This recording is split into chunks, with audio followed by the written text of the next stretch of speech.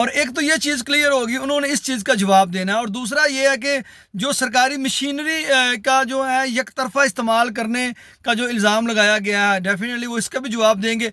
लेकिन जो तीसरी चीज़ जो सबसे ख़तरनाक उसमें हुई है, उसमें तीसरी चीज़ सबसे ज़्यादा जो ख़तरनाक हुई है वो क्या चीज़ हुई है कि वो कुछ चीज़ें जो हैं वो करेक्टर असैसिनेशन की भी कल इस प्रेस कॉन्फ्रेंस में कुछ बू आई है। एक तो राना तनवीर साहब के ऊपर जो है, जब लास्ट पे मंडा साहब आए उन्होंने बड़ी जारहाना तकरीर की इनके राना तनवीर साहब के बारे में। उन्होंने उनको सर्टिफाइड कब्ज़ा माफिया का लीडर जो है उसका खिताब दिया। अस्सलाम वालेकुम, मैं हूँ इमरान हैदर और आप सबको जुम्मतुल मुबारक। कल एक बड़ी जो है धुआंधार प्रेस कॉन्फ्रेंस हुई। बंगू फैमिली ने अपने डेरे के अंदर शरकपुर शरीफ में जो है जो इशू मड़ बंगवा वाली ज़मीन का था उसके ऊपर उन्होंने अपने कल पूरे दलाइल मुकम्मल कर लिए। उन्होंने कल सहाफ़ियों को जो है सबूत के तौर पे एक पूरा जो है आप कह लें बुकलेट भी दिया कि उनकी ज़मीन के साथ जो उनके साथ मामला हुआ है उसके अंदर उन्होंने अपनी तरफ से तमाम सबूत जो है वो मुहैया कर दिए हैं। अब सबसे पहले जो है मैं आपको इसमें यह बताऊंगा कि एक्चुअली बंगू बरादरान के का जो बयानिया है वो क्या है। और कल जो है वो नवीद चौहान जो कि सेकंड पार्टी है जिन्होंने वो ज़मीन बाय की है, उनका कल क्या बयानिया होगा, ये 2-3 लाइनों में मैं ये दोनों चीज़ें बयान करूंगा। सबसे पहले ये है कि उन्होंने जब प्रेस कॉन्फ्रेंस स्टार्ट हुई, पॉलिटिकल बातें हम एंड पे करेंगे, आपको सिर्फ पहले जो ज़मीन के मतलब जो बातें हैं वो हम आपको बताएंगे।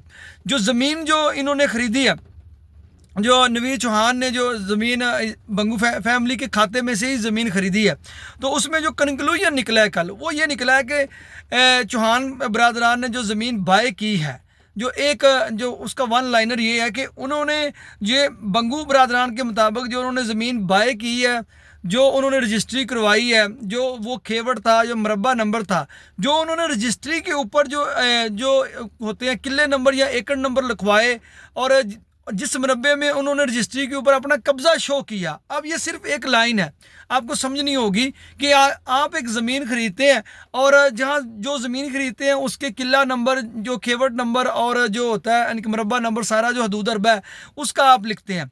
लिखने के बाद ये उन्होंने ज़मीन वाकई ही उन्होंने बाय की है, बाय करने के बाद उन्होंने रजिस्ट्री करवाई है। लेकिन बंगुओं का एतराज़ ये है कि जो उन्होंने रजिस्ट्री करवाई है उसके ऊपर जो उन्होंने अपना कब्जा शो किया उसके मुताबिक कब्जा नहीं किया।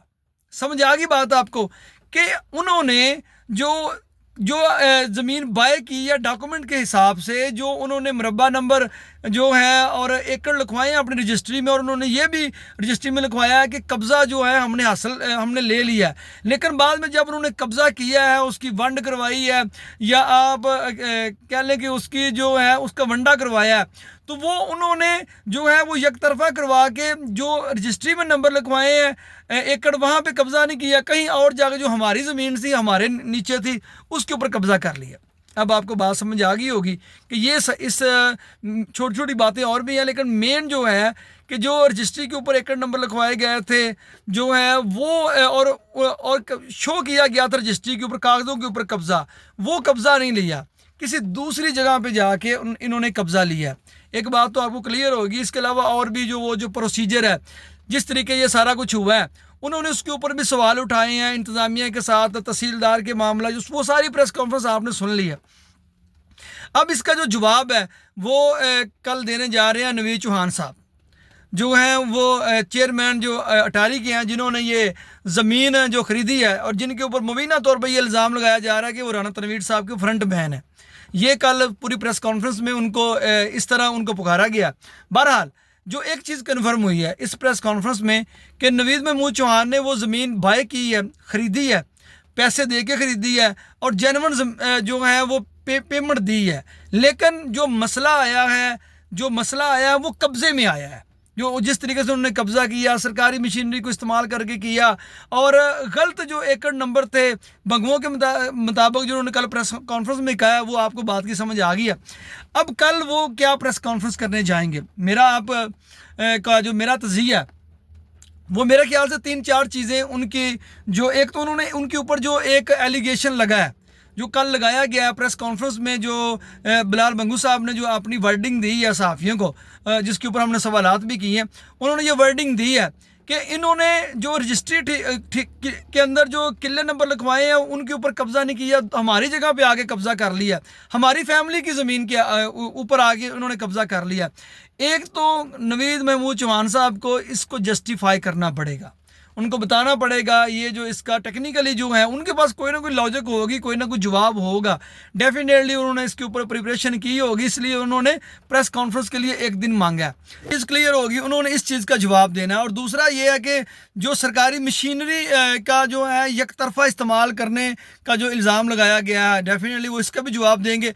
लेकिन जो तीसरी चीज़ जो सबसे ख़तरनाक उसमें हुई है, उसमें तीसरी चीज़ सबसे ज़्यादा जो ख़तरनाक हुई है वो क्या चीज़ हुई है कि वो कुछ चीज़ें जो हैं वो करेक्टर असैसिनेशन की भी कल इस प्रेस कॉन्फ्रेंस में कुछ बू आई है। एक तो राना तनवीर साहब के ऊपर जो है, जब लास्ट पे मंडा साहब आए उन्होंने बड़ी जारहाना तकरीर की इनके राना तनवीर साहब के बारे में, उन्होंने उनको सर्टिफाइड कब्ज़ा माफिया का लीडर जो है उसका खिताब दिया। इसके अलावा जो है नदीम चौहानों के बारे में उनके मंडा साहब ने बड़ी सख्त बातें की। तो ये बातें की। इसके अलावा बिलाल बंगू साहब ने इलेक्शन में जो टिकट का एक इशू हुआ था, जो पहले जो है वो बंगू साहब को टिकट दी गई थी और फिर जनरल इलेक्शन में टिकट नहीं दी गई थी, इसके बीच वाली जो स्टोरी है इसके ऊपर भी बात होगी।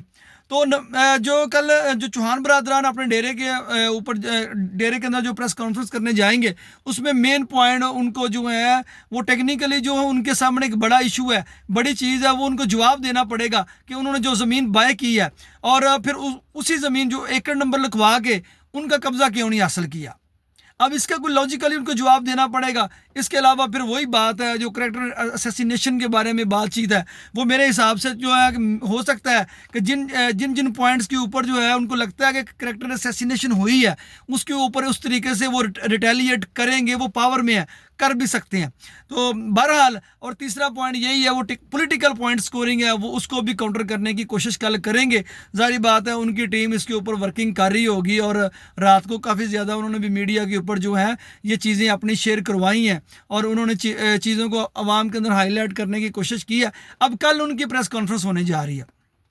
अब उस प्रेस कॉन्फ्रेंस में जो है, एक तो मेरा तो ये है कि लास्ट टाइम जब मैंने ये प्रेस कॉन्फ्रेंस ख़त्म होने के बाद मैंने 2-3 क्वेश्चन किए थे, आपने वो सुने हैं। उनमें लास्ट जो मैंने क्वेश्चन किया था ना वो बड़ा टेक्निकल क्वेश्चन था। वो क्वेश्चन ये था कि इस मसले का हल क्या है। अब वो फिर उसका उन्होंने जो है बिलाल बंगू साहब ने जवाब दिया था, एक जवाब दिया था, वो आप वीडियो के आखिर पे सुन भी सकते हैं कि इस मसले की टेक्निकली जो तकसीम है, जिस तरीके से बाकायदा तमाम जो स्टेक होल्डर को, तमाम खातेदारों को, तमाम खेवड़ में जो लोग होते हैं जो कानूनी तरीक़ाकार है उसके मुताबिक जो तकसीम है, जो एक प्रोसीजर है, जो लीगल है, इनके मुताबिक बंगू बरादरान के मुताबिक जिसको उन्होंने वॉयलेट किया, दोबारा उस तरीके से अपनी ये रजिस्ट्री को रिव्यू करेंगे और उस तरीके से जो है आके जो है इसका वंडा करवाएंगे। ये टेक्निकली ये इसका सोल्यूशन उन्होंने कल दिया था। अब मेरा क्वेश्चन जो होगा, मैं जो पूछूंगा, एक तो मैंने उनसे ये ज़रूर पूछूंगा इसका सोल्यूशन क्या है। इसका सोल्यूशन क्या है? आप लोगों ने ज़मीन ख़रीद ली है, आपने पैसे दे के ज़मीन ली है, आपको ज़मीन दी गई है, जिससे आपने परचेज़ की है वो आपको दे चुका है, उसका आपके ख़िलाफ़ कोई मौक़िफ़ नहीं है, उसने आपको बयान दे दिया, आपने रजिस्ट्री करवा ली, वो टेक्निकली आप ज़मीन के मालिक हैं, ख़रीदार हैं, उसमें तो कोई क्वेश्चन नहीं है।